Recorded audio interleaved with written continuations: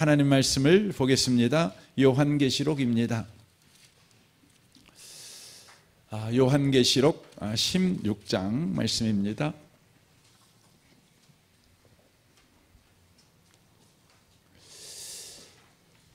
요한계시록 16장입니다. 1절 말씀부터 11절까지 기록된 말씀을 보겠습니다. 1절 말씀부터 11절까지의 말씀입니다. 기록된 말씀을 교독해서 보도록 하겠습니다. 제가 1절을 읽게요. 여러분이 2절을 읽어주십시오. 읽겠습니다. 또 내가 들으니 성전에서 큰 음성이 나서 일곱 천사에게 말하되 너희는 가서 하나님의 진노의 일곱 대접을 땅에 쏟으라 하더라.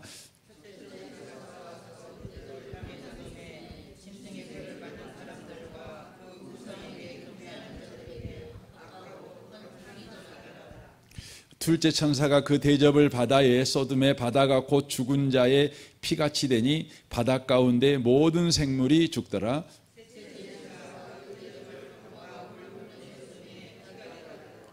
내가 들으니 물을 차지한 천사가 이르되 전에도 계셨고 지금도 계신 거룩한 이여 이렇게 심판하시니 의로우시도다.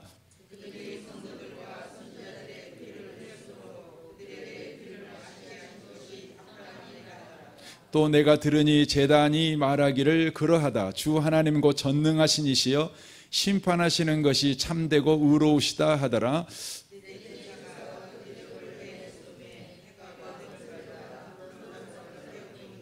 사람들이 크게 태움에 태워진지라.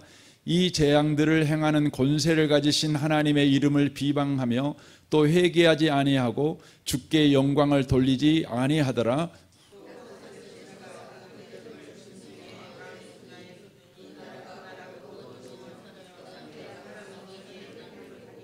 같이 읽겠습니다. 아픈 것과 종기로 말미암아 하늘의 하나님을 비방하고 그들의 행위를 회개하지 아니하더라. 아멘. 아멘. 아멘. 함께 예배하는 모든 분들 가운데 이 말씀의 축복이 함께 하시기를 주님의 이름으로 축원합니다. 이제 16장은 진노의 일곱 대접에 관한 이제 본격적인 내용이 기록이 되어져 있는 것을 보게 되어집니다. 이 일곱 대접의 내용을 우리가 공부하기에 앞서서 우리가 꼭 숙지하고 가야 될 것을 다시 확인하고 내용으로 좀 들어갔으면 좋겠습니다. 누차 말씀드렸지만 이 일곱 대접 재앙은 인해 재앙이나 나팔 재앙과 같은 내용이라는 것이죠. 그런데 다른 시각으로 보고 있는 거라는 것을 여러분이 꼭 기억하시라고 또 반복해서 말씀을 드립니다. 이것은 역사적이고 시간적인 순서로 기록된 내용이 아니라는 것입니다. 같은 사건을 각각 다른 관점에서 본 것을 기록해 놓고 있다고 하는 것입니다. 그래서 이 일곱 대접 심판을 보시면 여기 6장 1절을 한번 보시겠습니다. 16장 1절을 보겠습니다. 내가 또 들으니 성전에서 큰 음성이 나서 일곱 천사에게 말하되 너희는 가서 하나님의 진노의 일곱 대접을 땅에 쏟으라. 이렇게 이야기를 하고 있는 것을 보게 됩니다. 천사들이 일곱 대접을 땅에다 쏟으라는 명령을 받게 되는데 그들이 일곱 대접을 가지고 있었다는 것이죠. 그렇다면 이 일곱 대접을 그들이 받았습니다. 어디서 받았습니까? 바로 앞장 5장 7절을 한번 보겠습니다. 네 생물 중에 하나가 영원토록 살아계신 하나님의 진노를 가득히 담은 금 대접 일곱을 그 일곱 천사에게 주니라고 되어 있습니다. 그러니까 일곱 대접 재앙은 그 대접을 쏟으니까 일곱 재앙이 일어났지 않습니까? 그런데 그 대접이 어떤 대접이냐면 여기 7절에 말씀하고 있는 것처럼 금 일곱 대접입니다. 금 일곱 대접입니다. 여러분 금 일곱 대접 많이 들었죠? 요한계시록 5장과 8장에 나오고 있습니다. 그 5장은 인해 재앙이 기록되어 있는 성경이거든요. 근데 5장에서 8절에 보면 이렇게 되어 있습니다. 책을 취하심에 네 생물과 24 장로들이 어린 양 앞에 엎드려 각각 검은 거와 향이 가득한 금 대접을 가졌으니 이 향은 성도들의 기도들이라 라고 되어 있습니다. 그러니까 여기에도 금대접이 나오잖아요. 이 금대접을 땅에 쏟으니까 이내에 바로 재앙이 시작이 되었습니다. 지금 우리가 대접 심판을 보는데 대접 심판도 금대접을 쏟으니까 대접 심판이 일어났고 5장에 금대접을 쏟으니까 인해 재앙이 바로 시작된 것입니다. 8장 3절을 좀 보겠습니다. 한번 바로 있으니 성경이 있으니까 한번 여러분 펴보십시오. 8장 3절입니다. 5절까지 한번 보겠습니다. 같이 읽겠습니다. 또 다른 천사가 와서 제단 곁에 서서 금향로를 가지고 많은 향을 받았으니 이는 모든 성도의 기도와 합하여 보좌 앞 금제단에 드리고자 함이라. 향연이 성도의 기도와 함께 천사의 손으로부터 하나님 앞으로 올라가는데 천사 향로를 가지고 제단에 불을 담아 땅에 쏟음에 우레와 음성과 번개와 지진이 나더라. 7 나팔을 가진 7 천사가 나팔 불기를 시작하더라 라고 되어 있습니다. 여기에서도 금대접을 썼잖아요. 그랬더니 뭐가 시작이 되는 겁니까? 나팔 재앙이 시작되는 것입니다. 그러니까 모두 다 금대접인데 이 금대접이 뭐죠? 성도의 기도가 담겨져 있는 대접입니다. 그러니까 성도의 기도가 향으로 하나님이 받으신 흠향하시는 향으로 그렇게 담겨져 있는 대접이 금대접이죠. 금그릇이죠. 근데 그 금그릇을 5장에서 써두니까 바로 두루마리에 인이 하나씩 떼어집니다. 그러면서 재앙이 시작이 됩니다. 8장에서는 그걸 써두니까 이제 나팔 재앙이 시작되는 것이죠. 16장에서는 그걸 써두니까 무슨 재앙이 시작되는 겁니까? 대접 재앙이 바로 시작이 되고 있는 것을 바로 보게 되어집니다. 이로 인하여서 인해 재앙이나 나팔 재앙이나 대접 재앙에 바로 심판 내용이 똑같다는 것을 바로 보여주고 있다고 하는 것입니다. 그러니까 요한계시록에 기록되어 있는 재앙은 시간적으로 또 역사적으로 이렇게 순서적으로 기록되어 있는 내용이 아니라 요한계시록을 기록한 사도 요한이 하나님께서 보여준 환상의 순서대로 써놓은 내용이라는 것입니다. 그러니까 요한 사도가 본 내용을 써온 것입니다. 그걸 순서적으로 써놓은 것입니다.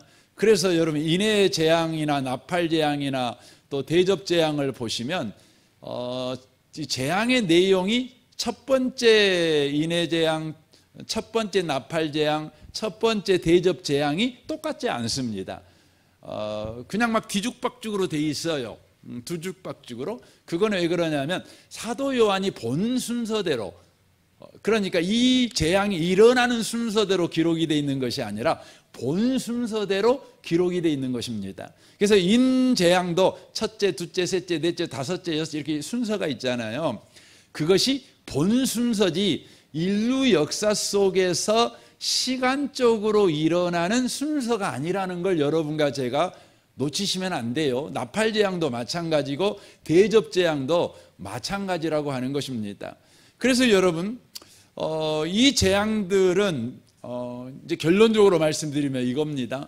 믿지 않는 자들에게는 이게 심판의 재앙이고 믿는 자들에게는 이것이 구원의 방편이 되는 바로 재앙이라고 하는 것입니다. 그래서 하나님께서 믿지 않는 자들을 심판하실 때 어떤 사람한테는 그 나팔 재앙의 순서대로 이 첫 번째도 이렇게 심판할 수도 있습니다. 그런데 어떤 사람한테는 5번째 심판을 첫 번째로 하고 뭐 4번째 심판을 뭐 7번째로 하고 막 이렇게 할 수도 있는 겁니다. 그러니까 여러분과 제가 이것을 순서로 보는 것은 요한계시록을 가지고 바로 우리를 혼미케 하고 우리를 미혹해 해서 그리스도의 베푸는 그 은혜에서 떨어져 이 세상살이를 해갈 때에 이 요한계시록을 가르치는 자들에 대한 두려움을 갖게 만들고, 그래서 그의 말에 복종하게 만드는 이단들이 흔히 쓰는 바로 방식이라는 것을 우리가 절대 놓치시면 안 돼요. 이걸 가르쳐 우리는 정통신학적으로 말할 때 세대주의자들이라고 이야기를 하는 것입니다. 세대주의자라는 것은 이 성경의 역사를 7세대로 나눠서 바로 인류 역사를 바로 보는 것이죠.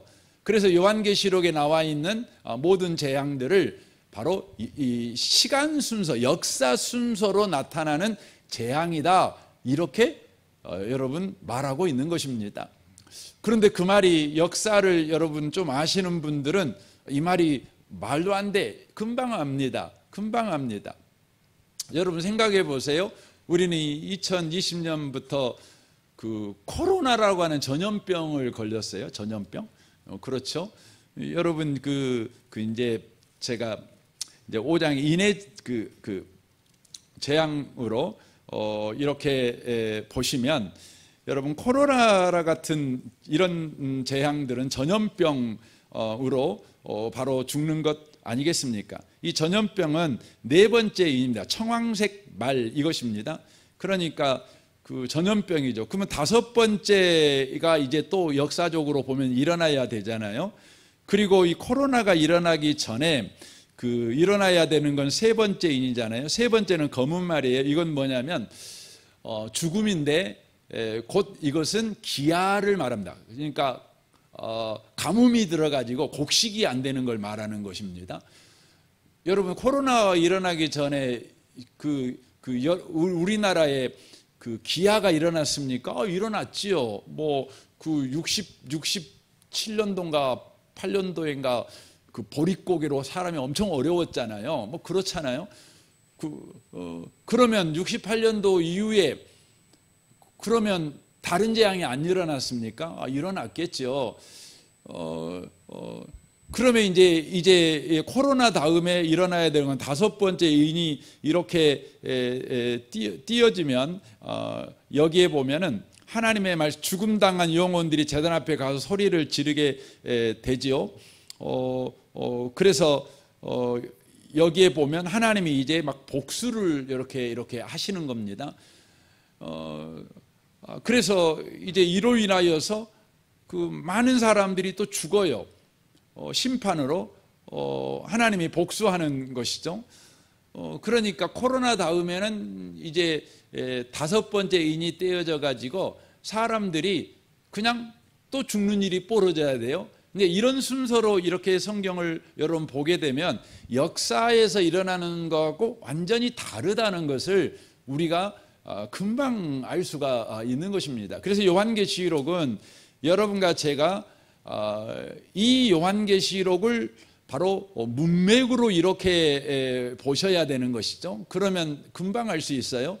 바로 사도 요한이 본 순서대로 요한계시록의 재앙의 순서가 바로 기록되어 있다는 것을 알 수가 있다고 하는 것입니다. 그래서 인해재앙이나 나팔재앙이나 대접재앙이 바로 예수님의 승천으로 인하여 교회 시대가 이제 열리게 되지요.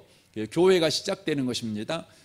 그리고 예수님이 다시 오신다고 약속하신, 그래서 예수님이 다시 오시는 그날까지를 우리가 말세로 보는데, 그 말세 기간에 일어나는 심판의 내용, 재앙의 내용을 기록해 놓고 있다는 것입니다. 이것은 반복적입니다. 그러니까 한 번 전염병이 찬 거라면 그냥 끝나는 게 또 전염병이 일어납니다. 어떤 사람한테는 전염병이 그냥 평생 계속 반복해서 일어날 수 있습니다. 어떤 사람은 평생 전염병이라는 재앙은 안 일어나고 평생 전쟁만 겪다가 죽은 사람도 있습니다.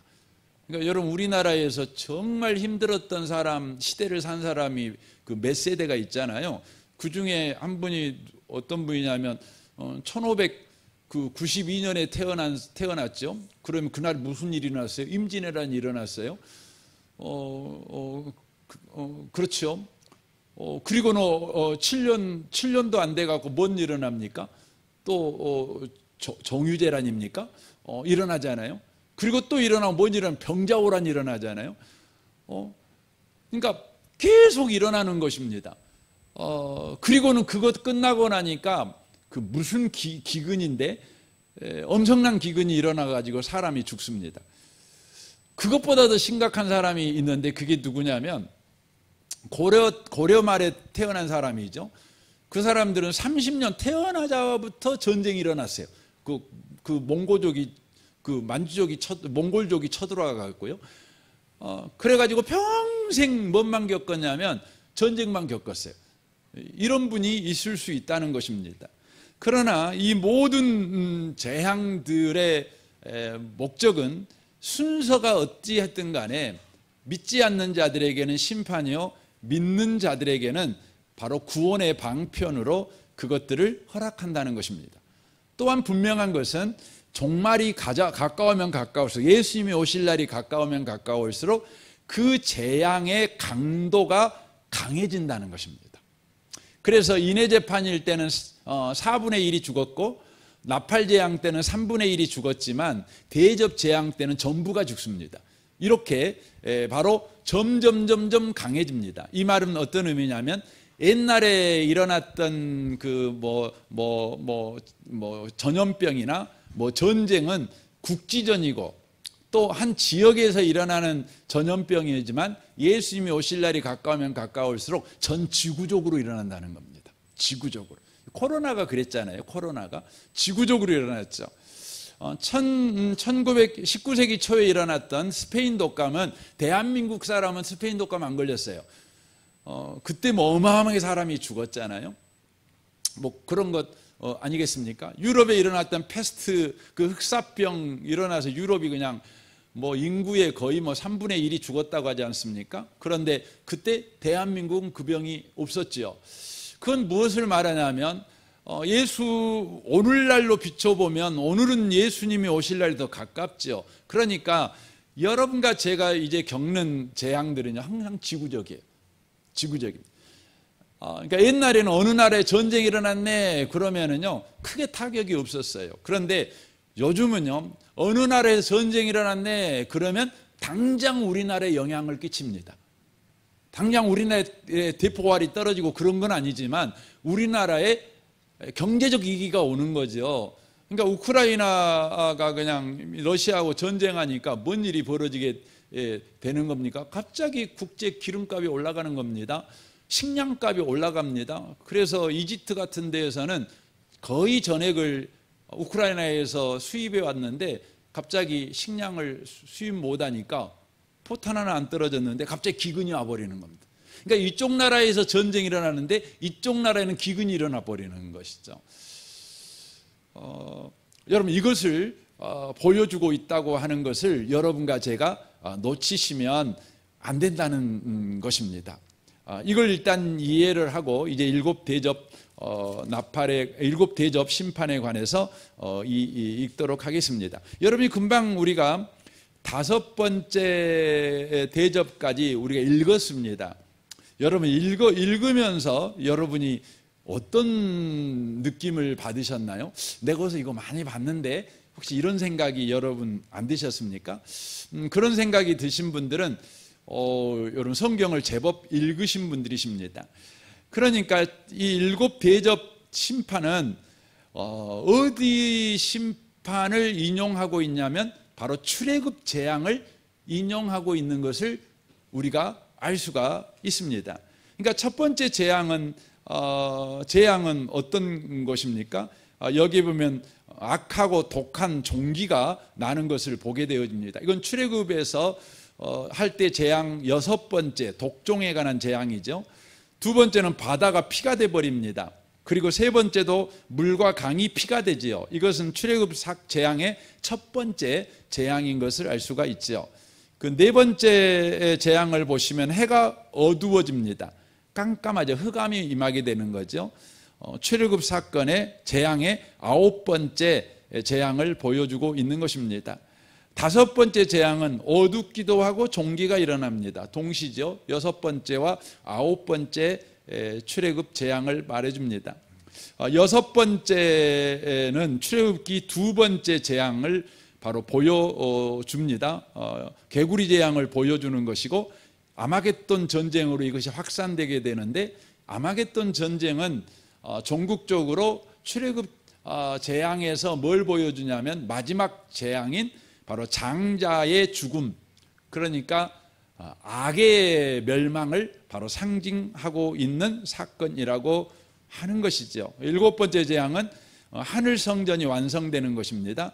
그러니까 출애굽을 통해서 이제 가나안 입성을 바로 보여주고 있는 바로 사건이라는 것을 바로 보여주고 있다고 하는 것입니다. 이렇게 요한계시록의 7 대접 재앙은 애굽 출애굽할 때에 애굽에 내렸던 재앙을 그대로 인용하고 있다고 하는 것입니다. 그래서 이 재앙이 어떤 것이냐를 우리에게 꼭 외워야 돼. 꼭 재앙이 이런 재앙이 올 거야 알아야 돼. 이것을 지금 말하려고 대접 재앙을 우리에게 지금 알려주는 것보다 바로 이 재앙이 우리에게 바로 주는 메시지를 꼭 기억해야 돼. 바로 이 의미가 더 강하다는 것을 우리에게 지금 알려주고 있는 것입니다. 그러니까 7 재앙, 대접 재앙이 출애굽 재앙과 재앙을 인용하고 있다는 것이죠. 그래서 7 대접 재앙, 우리의 삶에 이런 재앙이 일어날 때에 우리가 알아야 되는 것은 내가 이런 재앙을 받았어, 아유 힘들어, 이렇게 반응하는 것이 아니라 바로 출애굽 재앙과 유사한 것을 통해서 바로 우리에게 재앙을 통해 주시려는 메시지를 저와 여러분이 아는 것이 바로 더 중요하다는 것을 이 7 대접 재앙이 우리에게 말해주고 있다고 하는 것이죠. 재밌는 것은 구약은 화면이다 이렇게 말하면 신약은 그 밑에 있는 자막이다 이렇게 여러분이 이해하시면 참 재밌는 이해가 아닐까 이런 생각이 들어요. 그러니까 여러분 TV를 보시면 그 화면이 나오는데 화면 밑에 자막이 이렇게 나오잖아요. 누군가가 이렇게 애국 사람들이 모여갖고 서로 막 대화하는데 뭐 애국어를 아시는 분들이야 뭐 상관없지만 애국어를 모르시는 분들은 저 사람이 뭔 말에 이렇게 궁금한데 밑에 자막이 쓰지면 다 이해할 수 있는 거 아니겠습니까? 그러니까 구약에 일어나는 이 출애굽 사건이 바로 대접 재앙이 바로 자막이 되어서 설명을 해주고 있다고 하는 내용이기도 하다는 것이죠. 그래서 이 대접 재앙을 통해서 저와 여러분들이 꼭 아셔야 되는 것은 이 재앙이 우리에게 지금 하나님이 무슨 메시지를 주고 있는가 이걸 아는 게 더 중요하다는 거예요. 그러니까 재앙을 우리는 당하면 우리는 보통 육신을 갖고 있기 때문에 본능적으로 재앙에서 피하는 법, 피하는 것에 더 관심을 많습니다. 그런데 이 7 대접 재앙이 출애굽 재앙을 인용함으로 인하여서 우리에게 재앙을 피하는 것보다 더 중요한 것이 재앙을 통해 우리에게 주시는 하나님의 메시지가 더 중요해. 이걸 지금 말씀하고 있다고 하는 것입니다. 그래서 재앙이 여러분에게 있을 때에 재앙을 피하기만 한다면 저와 여러분들은 참으로 어리석은 선택, 더 심각한 바로 선택을 하게 된 것입니다. 왜냐하면 재앙을 피할 수가 없어요. 특별히 7 대접 재앙은요, 인해 재앙은 4분의 1이고 뭐 나팔 재앙은 3분의 1이어서 다른 데로 피하면 되잖아요. 근데 대접 재앙은 이제 주님의 날이 더 가까우면 가까울수록 벌어지는 재앙이기 때문에 그걸 보여주는 것이기 때문에 전체에 일어나는 겁니다. 이게 피할 데가 없는 겁니다. 그래서 여러분의 인생에 어떤 재앙이 오면 그 재앙을 피하려고 하지 마시고 왜 이 재앙을 주셨을까를 우리가 아는 하나님의 메시지를 듣는 바로 영적 분별력을 갖는 것이 더 중요하다는 것입니다. 이제 이 부분을 이제 7 대접 재앙을 통해서 우리가 들으셔야 된다는 것입니다. 2절 말씀을 보겠습니다. 첫째 천사가 가서 그 대접을 땅에 쏟음에 악하고 독한 헌대가 짐승의 표를 받은 사람들과 그 우상에게 경배하는 자들에게 나더라라고 말하고 있습니다. 첫째 대접이 땅에 쏟아지니까 악하고 독한 헌대가 사람들에게 생겼다 이렇게 되어 있습니다. 이 헌대라는 말은 종양을 의미하는 것입니다. 종양. 여러분 그 양성 종양은 뭐 큰 문제가 아니지만 악성 종양이 뭡니까? 그게 암이죠. 암. 악성 종양이 암이죠. 이게 질병을 이야기를 하는 것입니다. 그런데 이 재앙이 여기 보면 딱 이 사람들에게만 일어납니다. 짐승의 표를 받은 사람들과 우상에게 경배하는 자들에게만 내린다고 이 성경에 기술되어져 있습니다. 기술되어 있는 겁니다.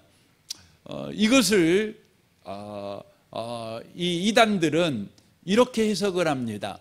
그러니까 일곱 대접 재앙이 내리기 전에 예수 믿는 사람들은 바로 휴거해 버린다. 그래서 이 재앙을 안 받는다. 왜냐하면 여기 보면은 일곱 대접 재앙이 누구에게만 내리고 있는 거죠?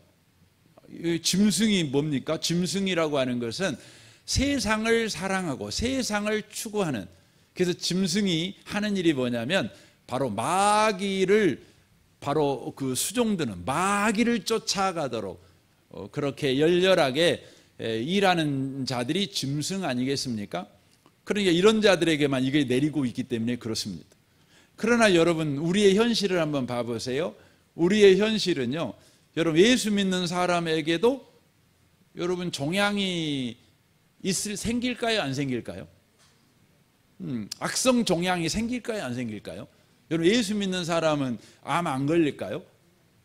예수 믿는 사람은 여러분 암 안 걸리는 게 아닙니다. 예수 믿는 사람에게도 암이 걸리는 것입니다.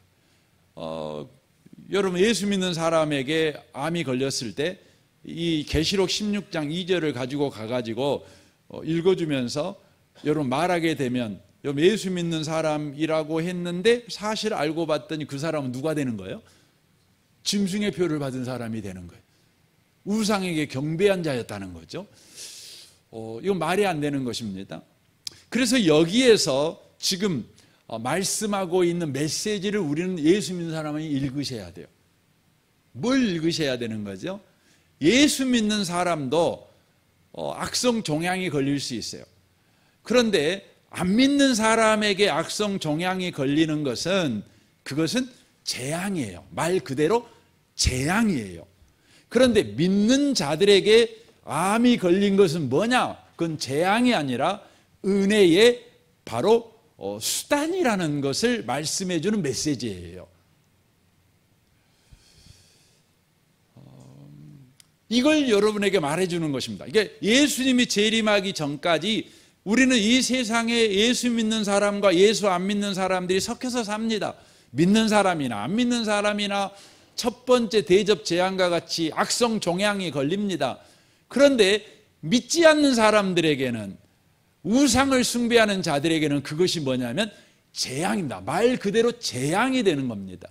근데 믿는 자들에게는 뭡니까? 믿는 자들에게는 그것이 합력하여 선을 이루는 은혜의 수단이 된다는 것을 지금 말씀하고 있는 바로 내용이라는 것입니다. 그래서 여러분, 재앙이 여러분에게 왔을 때 예수 믿는 사람은 재앙 그 자체를 주목하는 것이 아니라 재앙을 통해서 내게 주시는 하나님의 메시지를 이해하는 것이 중요하다는 것입니다. 중요하다는 것입니다.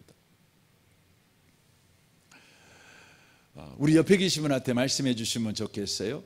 믿는 사람에게 일어나는 재앙은 합력하여 선을 이루는 은혜의 수단입니다. 이렇게 좀 이야기를 좀 해주시면 좋겠습니다.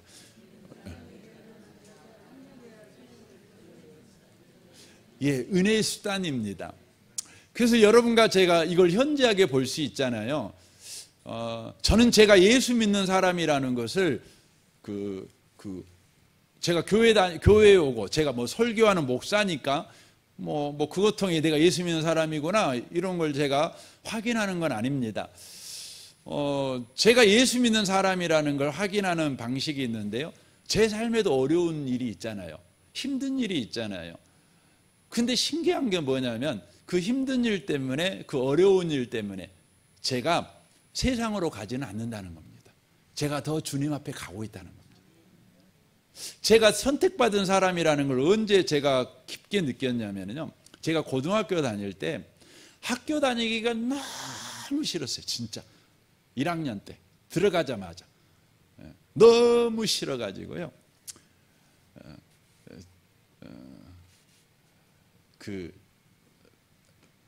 맨날 제가 선생님한테 선생님 저 아파요. 하고 조퇴를 했습니다. 조퇴를. 그러니까 선생님이 제가 조퇴를 얼마나 많이 하든지 옛날에는 고등학교 때는 다 그러냐. 함부로 학교 들어가고 나가고 못 하잖아요. 조퇴증이 있어야 수희 아저씨가 나가라고 이렇게 하잖아요. 그러니까 저한테 조퇴증을 몽땅 줬어요. 네가 알아서 가라고. 저한테 그랬어요. 너무너무 내가 학교 가기 싫어했거든요. 근데 희한했어요. 그러면 조퇴증 갖고 교문을 나오면 교문 안에 있을 때 아팠는데 진짜 아팠습니다. 근데 교문 나오면 안 아파요. 안 아프면 여러분 뭐 해야 돼? 제가 고등학교 17살짜리니까 여러분 그러면 그때 뭐 하겠어요? 딴짓 할 수 있잖아요. 그럴 수 있잖아요. 근데 한 번도 제가 딴 데를 간 적이 없습니다.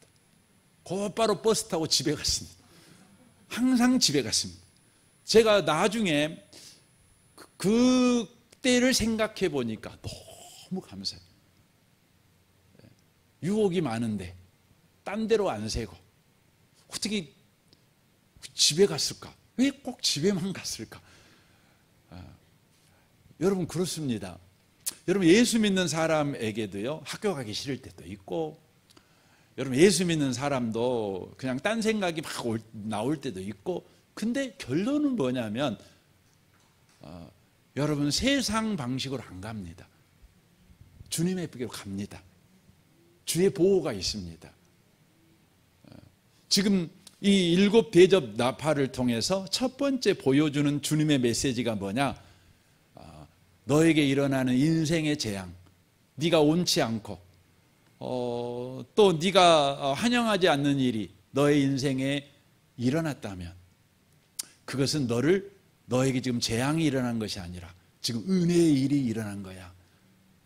은혜의 일, 바로 은혜의 수단, 합력하여 선을 이루시는 하나님의 열심, 바로 그 일이 일어난 거야.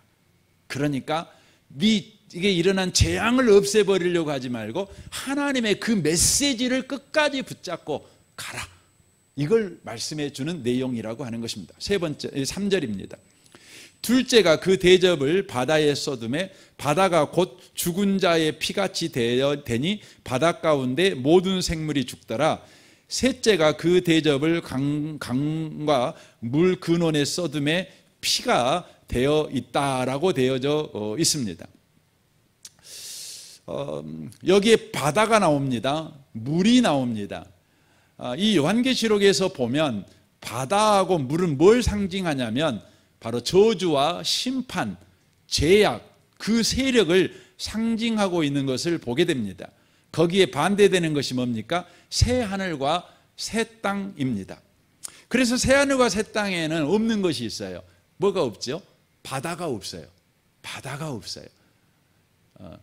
저희 동기 목사님 중에 낚시를 너무너무 좋아하시는 분이 계셔요. 그래서 제가 농담같이 하는 말이면 천국 가면 바다가 없으니까 살아있을 때 바다 낚시 많이 해, 제가 막 그렇게 놀린 적이 있어요.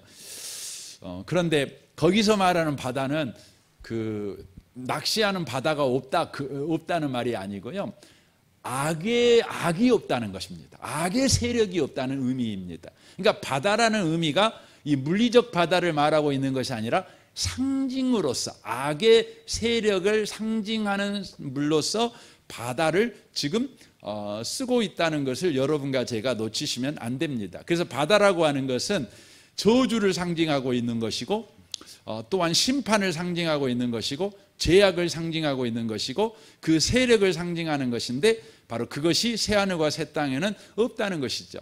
새하늘과 새 땅에는 바다가 있긴 합니다. 무슨 바다가 있다고 그랬죠? 유리 바다가 있다고 그랬습니다. 유리바다. 요한계시록 17장 1절에 보면 그 물을 이렇게 표현을 합니다. 또 7 대접을 가진 7 천사 중 하나가 와서 내게 말하여 가로되 이리 오라. 많은 물 위에 앉은 그 큰 음녀에 받은 심판을 네게 보이리라. 또 천사가 내게 말하되 네가 본 바 음녀에 앉은 물은 백성과 무리와 열국과 방언들이라. 이렇게 되어 있습니다. 그러니까 여기에서 물은 뭐냐? 백성과 무리와 열국과 방언이다, 이렇게 하고 있는데, 이것은 관용어구입니다. 어떤 관용어구냐면 백성, 무리, 열국, 방언, 이게 사잖아요. 네 개잖아요.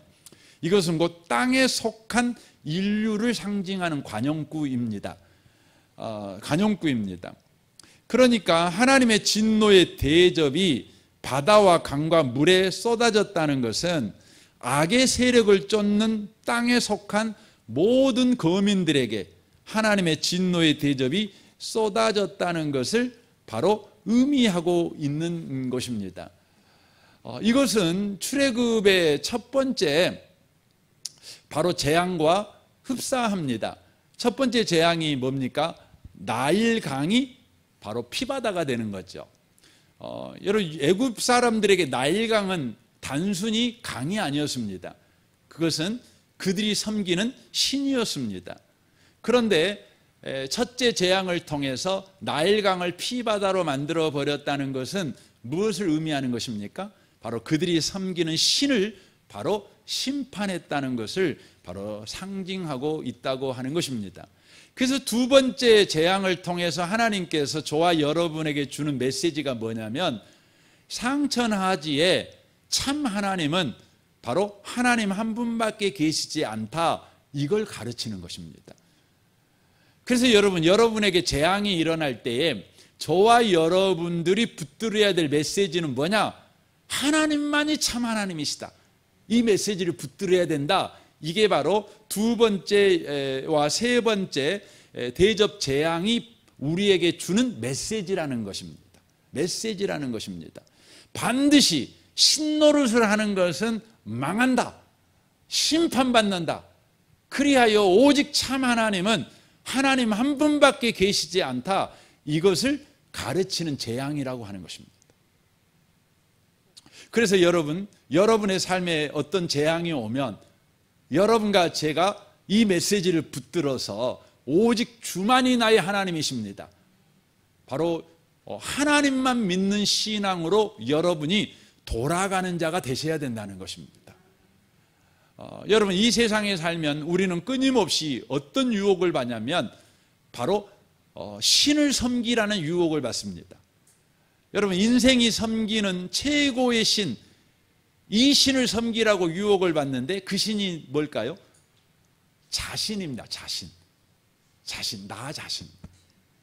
그래서 여러분, 지금 특별히 21세기에 모든 학문들이, 모든 영화가, 또 음악이, 또 그림이, 또 소설이 일심으로 이 신을 섬기라고 가르쳐 주는 신이 있어요. 그게 뭐라고요? 자신이에요. 너를 섬겨라, 너만 믿어. 여러분, 인생의 어려움을 당한 아이들한테 세상이 이렇게 하면 빠져나올 수 있다고 가르칩니다. 어떻게 해요? 너를 믿어, 너를 믿어, 이렇게 가르칩니다. 그 세계적인 스타인 BTS죠. 거기에 리더가 RM이라는 아이인데 그 애가 가르쳐 줬어요. 자기를 따르는 사람인데 아미라는 애들이잖아요. 근데 걔네들한테 말해 준 거예요. 뭐라고요? 네 자신을 믿으라고. 자신을 믿으라고.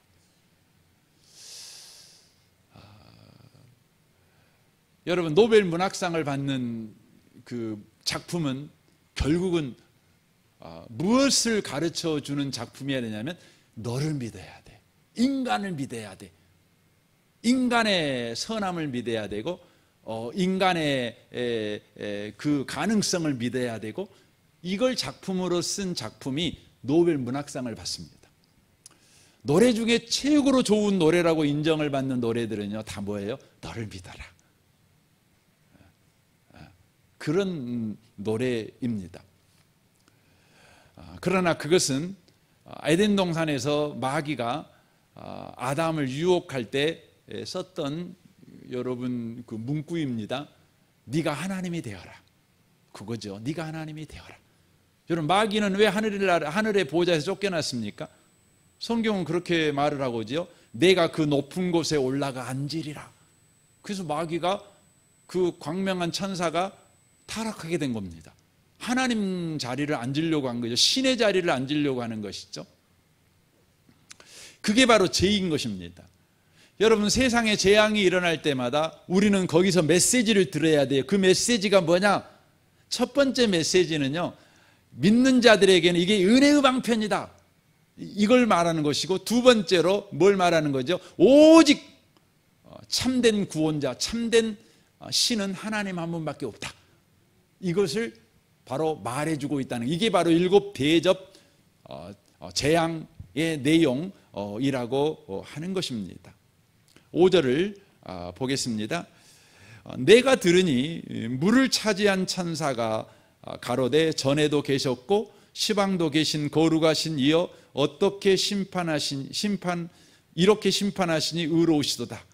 저희가 성도들과 선지자들의 피를 흘림으로 저희로 피를 마시게 하는 것이 합당하니이다 라고 말하고 있습니다. 여기에 보면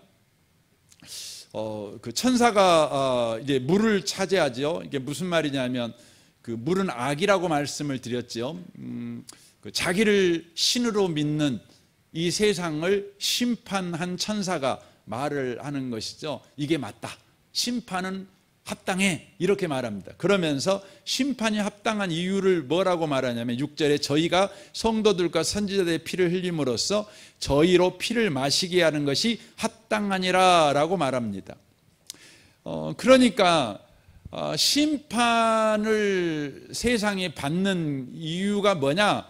그러면 성도들과 선지자의 피를 흘렸으므로 저희도 피를 마시는 것이 정당하다, 저희가 심판받는 것이 정당하다, 지금 이렇게 지금 말하고 있는 것이, 이것이 네 번째 재앙의 이유가 되는 것입니다. 이건 뭘 의미하는 것입니까? 하나님은 의인의 피에 대해서 반드시 복수하시는 하나님이시다, 이것을 말씀해 주고 있는 것입니다. 그러니까 재앙이라고 하는 것이 우리에게 주는 메시지는 뭐냐? 하나님은 의인의 피에 대해서 반드시 바로 복수하시는 공의의 하나님이시다, 이것을 바로 심판이, 재앙이 바로 우리에게 주는 메시지라고 하는 것입니다. 계시록 18장 5절을 한번 보겠습니다. 거기에 보면 그 죄는 하늘에 사무쳤으며 하나님은 그의 불의한 일을 기억하신지라 그가 준 그대로 그에게 주고 그 행위대로 갑절을 갚아주고 그의 섞은 잔에도 갑절이나 섞어 그에게 주라라고 말합니다. 우리 하나님께서 의인의 피에 대해서 갑절이나 갚아주실 것이다, 하나님은 이렇게 복수하는 하나님이시다, 이렇게 말씀합니다. 이 말을 안 믿는 사람들에게 심판은 하나님은 복수하시는 하나님이라는 걸 보여주고, 믿는 자들에게는 어떤 메시지를 주는 말씀이냐면 하나님은 바로 우리 편이시다, 이것을 바로 말씀해 주는 내용이라고 하는 것입니다. 그러니까 하나님은, 여러분, 복수하는 하나님 좀 낯설잖아요. 그런데 왜 하나님은 복수하십니까? 우리를 건든 놈은 가만히 안 두셔. 그 말은 뭐냐면 하나님은 우리에 미쳐 있으신 분이세요. 좀 표현이 좀 거칠지만 하나님은 우리만 생각하시는 분이세요. 그러니까 우리 건들면 하나님은 반드시 복수해 버리신다는 거죠. 여러분, 아브라함 시대에 세상에는 수많은 사람들이 있었어요. 그런데 하나님 눈에는 누구만 보였어요? 아브라함만 보였어요. 아브라함만. 왜 아브라함만 봐요? 이렇게 나도 좀 봐요, 이렇게 사람들이 말하려는가 모르지만 하나님 눈에는 아브라함만 보였어요. 왜냐하면 아브라함만 하나님의 자식이었으니까. 여러분 우리 그러잖아요. 세상에 우리나라만 해도 인구가 5천만이잖아요. 이 5천만의 인구 가운데 여러분이 보는 사람 누구밖에 없어요? 여러분 자식밖에 없어요. 여러분 자식이요. 지금 그 경찰에 파출소에 있다고 연락 와서 가봤더니 친구들이랑 한 20명이 있는 거죠. 그러면 거기 가서 여러분이 제일 먼저 보는 사람 누구예요? 여러분 자식 보죠. 그래갖고 여러분이 경찰 앞에서 막 우겨요, 우겨. 뭐라고 우겨요? 우리 자식은요, 착한데 친구 잘못 만나갖고 저런다고. 여러분 굉장히 인격적인 엄마 아빠들이요, 자식 문제만 걸리면은요, 상대방을 다 죄인 만든다니까요. 상대방을 다 나쁜 놈 만들어요. 자기 자식만 좋아요. 여러분 우리 하나님이 그런 분이라는 것을 우리가 놓치시면 안 돼요. 그래서 이사야 43장을 읽어보시면 하나님은요, 저와 여러분을 구원하기 위해서요, 나라를 소모품으로 써버려요. 나라, 페르시아. 그래서 여러분 이스라엘 역사를, 여러분 세계 역사를 봐보세요. 하나님의 자식은 이스라엘이에요. 그래서 이스라엘을 위해서 아수리아, 바벨론, 페르시아, 헬라, 로마 전부 다 소모품으로 써버려요. 그걸 어떻게 합니까? 여러분 이스라엘은 지금 여전히 인류 역사에 존재해요. 그러나 아수르, 바벨론, 페르시아, 헬라, 로마 존재하지 않아요. 그건 뭔 말이에요? 그것들은 소모품이었어요. 소모품이었어요. 이스라엘만 하나님의 자식이었어요. 그러니까 여러분 이 재앙의 하나님께서 우리에게 말씀하는 내용이 뭐냐? 나는 네 편이야. 나는 너가 화를 당하고 네가 해코지 당하고 네가 어려움 당하는 거, 그리고 너에게 그런 짓을 한 놈은 내가 반드시 복수하는 하나님이야. 그러니까 네가 복수하지는 말어. 그 말이에요. 그래서 억울한 일 당해도 내가 배나 갚아버릴 거니까 조금만 참아. 그리고 너는 복수하지 마. 네가 복수하면 네가 더러워지잖아. 네가 복수하면 네가 다치잖아. 그러니까 복수하지 마. 그게 로마서 12장에 이런 말이 있죠. 내 사랑하는 자들아, 너희가 친히 온수를 갚지 말고 하나님의 진노하심에 맡기라. 기록되었을 때 온수 갚는 것이 내게 있으니 내가 갚으리라고 주께서 말씀하시니라 라고 말씀해요. 왜 이런 말씀하실까요? 우리에게 착하게 살라고. 이런 의미일까요? 너 그냥 누군가가 한 뺨 때리면은 그냥 참아. 그냥 그게 예수 믿는 사람이지, 이 말이 아니에요. 네가 만약에 복수를 해요. 이렇게 내가 뺨 한 대 맞으면 우리는 복수는 어떻게 해요? 우리도 똑같이 복수하자. 그럼 어떻게 해요? 상대방이 갑절로 나를 때려 두들겨 패요. 그러니까 복수한다고 하고 더 터져요. 그러니까 하나님이 뭐라고 그러냐면 네가 복수하면 시원한 복수가 안 돼. 복수가 끝나지가 않아.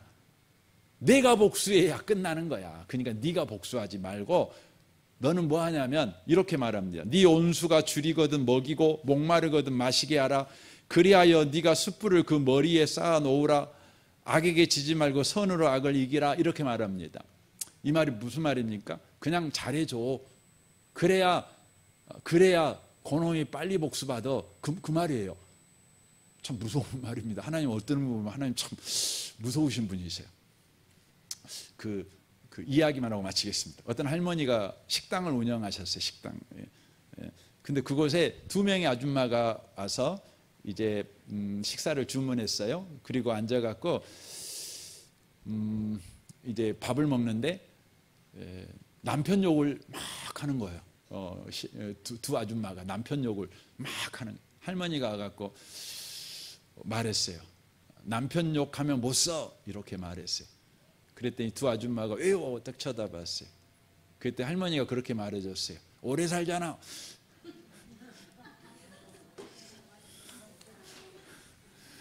예, 뭔 말인지 아시는 분들은 아실 것입니다. 예, 하나님이 복수하게 두세요. 여러분이 욕하면 더 삽니다. 예, 네. 기도하겠습니다.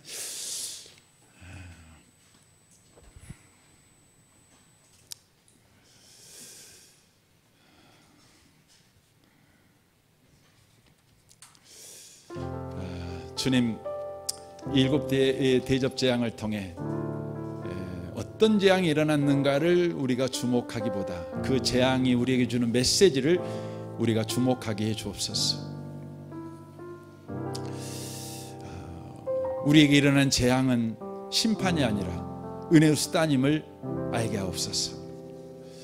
하나님만 참 하나님이라는 메시지인 것을 알게 하여 주옵소서. 하나님이 우리 편이라는 메시지를 듣게 하여 주옵소서. 하나님이 복수할 거니 너는 복수하지 마. 그 음성을 듣게 하옵소서. 우리 시간 같이 한번 기도하겠습니다. 오 하나님 아버지 감사합니다. 주님께서 우리에게 이렇게 재앙을 통해서 주신 메시지를 주목하게 하셔서 감사합니다. 주님, 우리가 재앙을 만날 때마다 은혜의 수단임을 알게 하옵소서. 재앙을 만날 때마다 하나님만 참된 하나님을 알게 하시고 하나님만 우리 편임을 알게 하시고 하나님이 복수하니 우리가 복수할 필요가 없음을 알게 하여 주옵소서. 하나님 아버지, 우리를 그리스도인으로 삼아주셔서 감사합니다. 삶을 살아갈 때 온치 않는 일을 만나고 또 힘에 겨운 일을 우리가 많이 만납니다. 곧 죽을 것 같은 일을 우리가 만나곤 합니다. 그러나 오늘 주님께서 말씀하시는 것은 우리에게 일어나는 그 일을 주목하지 말고 그 일을 통해 우리에게 주시는 하나님의 메시지를 주목하라고 말씀해 주셨습니다. 심판이 아니라 은혜의 방편이라는 메시지를 주여 우리가 붙잡게 하여 주옵소서. 하나님만 참 하나님이시라는 메시지를 붙잡게 하여 주옵소서. 하나님만 우리 편이시다. 하나님은 반드시 우리 편을 드신다. 이 메시지를 붙잡게 하여 주옵소서. 하나님이 복수하시니 우리는 복수할 필요가 없다는 이 메시지를 붙잡게 하여 주옵소서. 그래서 힘들고 거친 세상을 살아갈 때 여전하게 그리스도인으로 살아가도록 주여 축복하여 주옵소서. 예수님의 이름으로 기도합니다. 아멘.